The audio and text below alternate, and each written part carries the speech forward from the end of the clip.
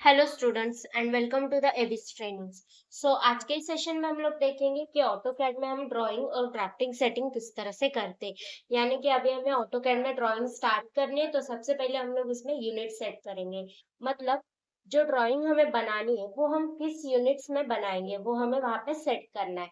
तो unit set करने के लिए हमारे पास शॉर्ट की है UN। कीबोर्ड से बस आपको UN प्रेस करना है और एंटर प्रेस करना है। एंटर प्रेस करने के बाद यहाँ पे ड्राइंग यूनिट्स का एक डायलॉग बॉक्स ओपन हो जाएगा।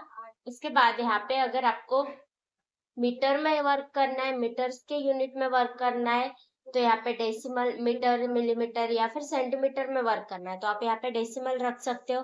और यहाँ पे प्रिसिशन सिलेक्ट करना है। उसके बाद यहाँ पे आप मीटर, मिलीमीटर या फिर सेंटीमीटर कोई भी यूनिट यहाँ पे सिलेक्ट कर सकते हो और यहाँ पे ओके कर देना है। ठीक है। और अगर आपको उसमें फीट या फिर इंचेस में वर्क करना है तो आप यहाँ पे आर्किटेक्चरल या फिर इंजीनियरिंग सिलेक्ट कर सकते हो। ठीक है।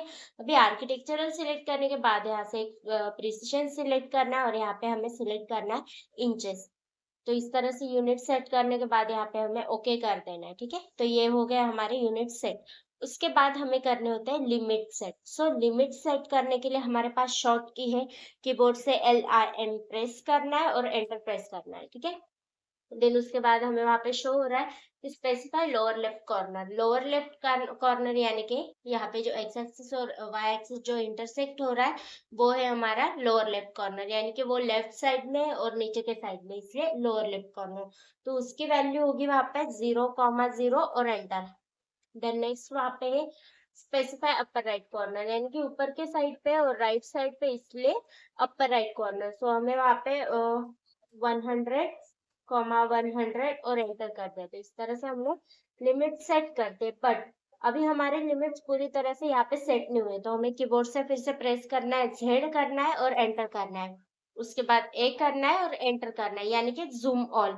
तो ये हो गया अभी पूरी तरह से लिमिट सेट। उसके बाद यहाँ पे जो वर्क स्पेस पे आपको जो लाइंस दिख रहे हैं उसको बोलते हैं ग्रिड्स। अभी इन ग्रिड्स को आप आपके रिक्वायरमेंट के हिसाब से ऑन ऑफ कर सकते हो। यहाँ पे फर्स्ट ऑप्शन दिया है ग्रिड, और उसका शॉर्ट की फंक्शन के भी आप यूज कर सकते हो F7। यहाँ पे क्लिक करके भी आप उसको ऑन ऑफ कर सकते हो या फिर कीबोर्ड से F7 प्रेस करके भी आप उसको ऑन ऑफ कर सकते हो। ठीक है। देन नेक्स्ट यहाँ पे दिए स्नैप मोड। स्नैप मोड क्या है? ठीक है। अभी मैंने इसके एरो पे क्लिक किया और यहाँ पे ऑप्शन है स्नैप सेटिंग्स, पर क्लिक करने के बाद यहाँ पे दिए है ग्रिड ऑन। ठीक है। तो ग्रिड ऑन अगर इस पे भी क्लिक करके मैंने ओके कर दिया तो यहाँ पे भी, यहाँ से भी हम ग्रिड मोड ऑन ऑफ कर सकते हैं। ठीक है। देन नेक्स्ट उसके बाद है यहाँ पे ग्रिड के एक्स स्पेसिंग और वाई स्पेसिंग, यानी कि दोनों के बीच का डिस्टेंस जो है वो हम लोग यहाँ से स्पेसिफाई करेंगे। देन उसके बाद मेजर लाइन एवरी, यानी कि दो जो लाइन है उसके बीच में कितने लाइंस चाहिए। जो एक्स और वाई है उसके बीच में कितने लाइंस आपको चाहिए। अभी तक तो 5 थे। ठीक है। मैंने आप पहले ओके कर देती हूँ। अभी यहाँ पे आपको 5 लाइन शो हो रहे होंगे।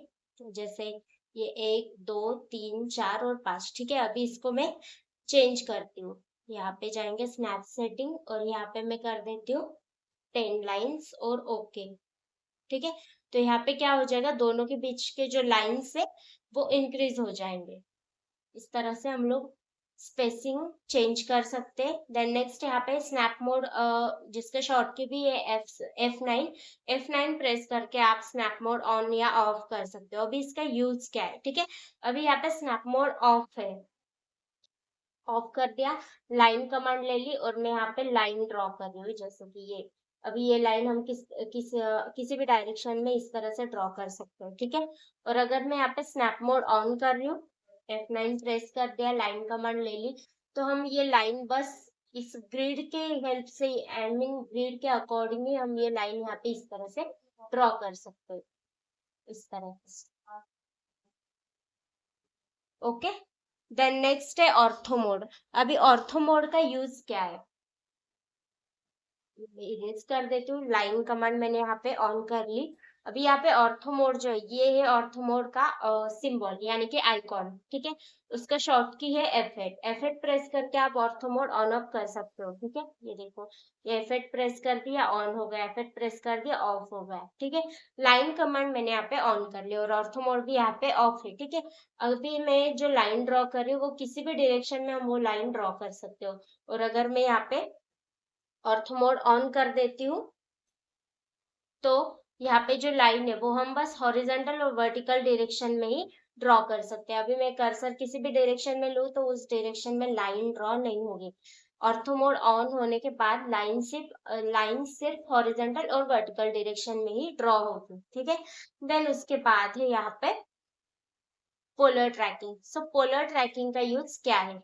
पोलर ट्रैकिंग ऑन ऑफ करने का शॉर्ट की है F10। कीबोर्ड से F10 प्रेस करेंगे, पोलर ट्रैक मोड ऑन हो जाएगा। F10 प्रेस किया, ऑफ हो गया, ठीक है। इस तरह से इसका यूज कर सकते हैं। अगर मैं इसके एरो पे क्लिक करती हूँ तो यहाँ पे कुछ एंगल्स दिए जैसे कि 45, 90, 135। अभी मैं यहाँ पे ठीक है, इसको मैंने ऑफ कर दिया और लाइन कमांड ले ली। अगर मैं यहाँ पे लाइन ड्रॉ कर रही हूँ, यानी कि पोलर ट्रैकिंग का यूज ये है कि किसी भी एंगल के अकॉर्डिंग हम लोग वहां पे लाइन ड्रॉ कर सकते हैं, ठीक है। अभी हम यहाँ पे अगर मैं कर्सर रोटेट करूँ तो यहाँ पे कुछ एंगल वगैरह शो नहीं हो रहा है। अगर मैं इसको ऑन करती हूँ और जिस तरह मैं ये कर्सर रोटेट करूँ तो यहाँ पे एंगल शो हो रहा है, जैसे कि ये फर्स्ट 0 डिग्री एंगल, थोड़ा सा ऊपर किया तो ये आएगा यहाँ पे 90 डिग्री का एंगल आ गया। देन यहाँ पे आएगा 180 डिग्री एंगल, ठीक है। अभी इसके एरो पे क्लिक करूंगी तो मैंने यहाँ पे 30 या 60 एंगल मैंने सिलेक्ट कर लिया, यानी कि ये हो गया 0 डिग्री एंगल। थोड़ा सा ऊपर कर्सर लिया तो वहां पे आपको शो होगा 30 डिग्री का एंगल, ये है 60 डिग्री का, ठीक है। अभी ये एंगल पे आप आपके अकॉर्डिंग चेंजेस कर सकते हो। इसके एरो पे क्लिक करेंगे, ट्रैकिंग सेटिंग पे जाएंगे और यहाँ पे एंगल मैं डाल देती हूँ 40 का। और यहाँ पे कुछ एडिशनल एंगल भी हम इंक्रीज डाल सकते हैं। यहाँ पे न्यू पे क्लिक करेंगे और यहाँ पे मैं एडिशनल एंगल डालती हूँ, 10 का डाल दिया, एक और डालती हूँ 25 का, ठीक है। ये 3 एंगल मैंने यहाँ पे डाल दिए, ओके कर दिया। अभी मैंने फिर से लाइन कमांड ऑन कर ली। यहाँ पे देखिए ये आ गया 13 डिग्री का एंगल, ये आ गया 25 डिग्री का एंगल,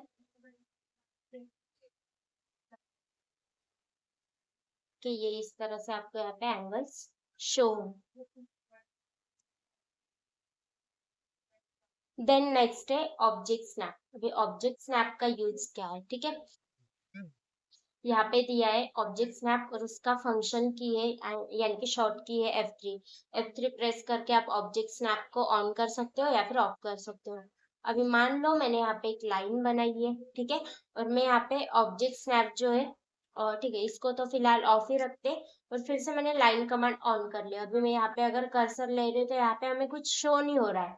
अगर मैं इसको ऑन करती हूँ, ठीक है, ऑब्जेक्ट स्नैप को मैंने ऑन कर दिया और अगर कर्सर में यहाँ पे रोटेट कर रही हूँ तो यहाँ पे ग्रीन ग्रीन कुछ शो हो रहा है, यानी कि वो ट्रैक कर रहा है ऑब्जेक्ट को, स्नैप कर रहा है, ठीक है। ये लाइन का एंड पॉइंट, ये उसका फर्स्ट पॉइंट, सॉरी, ये भी इसका एंड पॉइंट, और ये जो सिंबल शो हो रहा है ये मिड पॉइंट का। अगर इसके एरो पे क्लिक करें तो यहाँ पे and point, mid point, centre, यहाँ पे सब चेक मार्क किया हुआ है, यानी कि ये सब चीजें आपको वहां पे स्नैप होगा। कोई भी अगर ऑब्जेक्ट होगा तो उसका एंड पॉइंट आपको स्नैप होगा, उसका मिड पॉइंट आपको वहां पे स्नैप होगा, सेंटर पॉइंट उसका स्नैप होगा, ठीक है। फिर मैंने यहाँ पे लाइन कमांड ले ली और मिड पॉइंट से यहाँ से मैं फिर से लाइन ड्रॉ कर रही हूँ, ठीक है। ये इस तरह से ये पॉइंट स्नैप कर,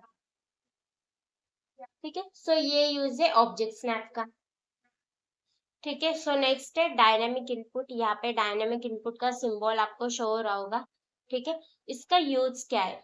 तो डायनेमिक इनपुट के लिए हमें क्या करना है, मान लो मैंने यहाँ पे लाइन कमांड ले ली। अभी जब मैं पहले लाइन कमांड ले रही थी तो यहाँ पे वैल्यू डालने के लिए एक ऑप्शन आता था, ठीक है। अभी वो यहाँ पे नहीं शो हो रहा है, ठीक है।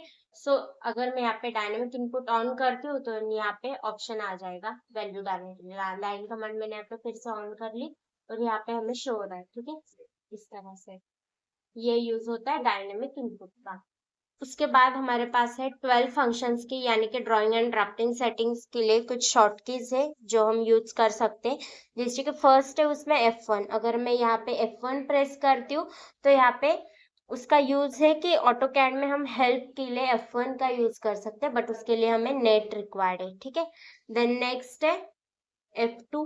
F2 अगर मैं प्रेस करती हूँ तो यहाँ पे जो भी प्रीवियस कमांड हम यूज करते हैं वो यहाँ पे हमें शो होते हैं।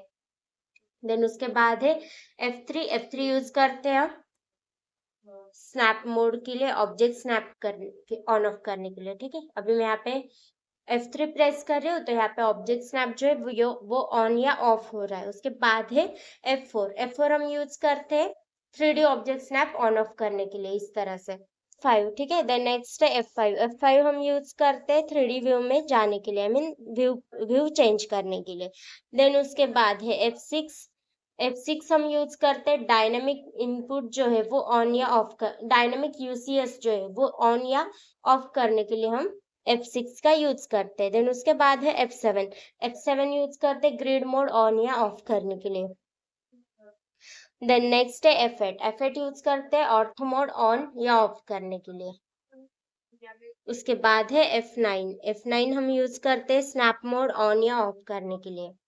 मैंने यहाँ से F9 प्रेस किया तो यहाँ पे क्या हो रहा है, स्नैप मोड ऑन या ऑफ हो रहा है। ठीक है, देन नेक्स्ट है F10 हम यूज करते हैं पोलर ट्रैकिंग मोड ऑन या ऑफ करने के लिए।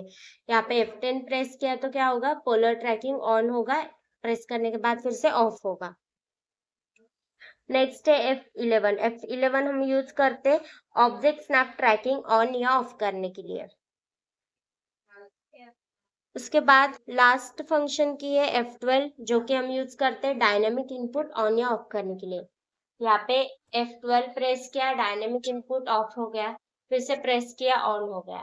ठीक है, तो ये 12 फंक्शंस की होते ऑटो कैड में।